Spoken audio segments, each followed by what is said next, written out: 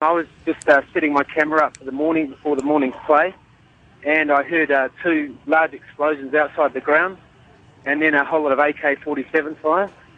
And as I was making my way back, the Sri Lankan team bus had pulled up, and I didn't see the bus pulled up, but some of the other guys didn't. Said there were a few bullets in the bus, and then I saw some of the players being brought in. I just saw one of the players injured, but I've been told that 5 of them have been injured, but they're not serious. Okay, well, Hamish, can you then describe the scene to us? What's going on at the moment? Well, look, it's relatively relaxed here. They appear to sort of like secured the area. It was obviously pandemonium for a while, and the players didn't really seem to know what was going on. There was a lot of sort of yelling and screaming, and then the ambulances arrived. We're just waiting here until we can actually make our way back to the hotel and get a flight out tonight. Mm-hmm.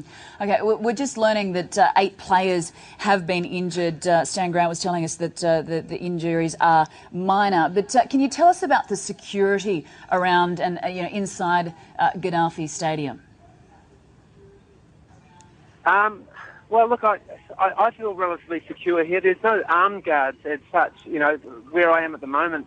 But there were certainly armed guards as we came in, and the security's been relatively tight. And, we were incredibly surprised because these Sri Lankan players get along very well with Pakistani players, and, there's a lot of sympathy for cricket in Pakistan here. And it's just very surprising to us that the players have been targeted.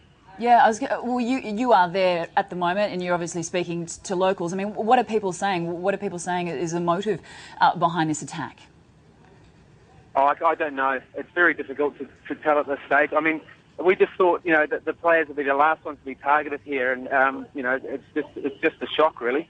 Mm.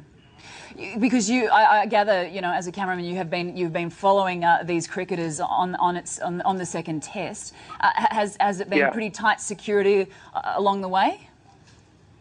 Very tight security, sort of outside the hotel. So the team buses usually have an armed guard with them, and so I think that we feel incredibly safe here most of the time, and it's just such a shock. And what about for you getting inside Gaddafi Stadium? Because we know, as camera crews and journalists trying to get into these venues, there's often very tight security to get in. Did you sort of experience that as you entered Gaddafi Stadium today? Absolutely, yeah. I mean, the security's been airtight up until now. So, like I say, we've never had any problems getting through. But these sort of things, I guess, can happen. Okay. Well, for us and our viewers, can you give us an idea of where Gaddafi Stadium is in Lahore? A security official a little bit earlier was telling us that there are 2 entrances into the stadium. So can you tell us exactly, where the Sri Lankan bus pulled up and where these gunmen were obviously placed? All I can tell you is that supposedly, and this is unconfirmed, that the explosions were at Liberty Roundabout, I think, which is about sort of 15 to 20 minutes from the stadium. And I heard 2 explosions and then a whole lot of gunfire. Once we arrived, there was and then there was a quiet period of about 20 minutes, and then there was some shots fired much closer to the stadium. And then since then it's been about an hour, and there's been completely quiet here. Mm-hmm. And what about the stadium itself, as to where it is positioned within Lahore? I don't know, actually.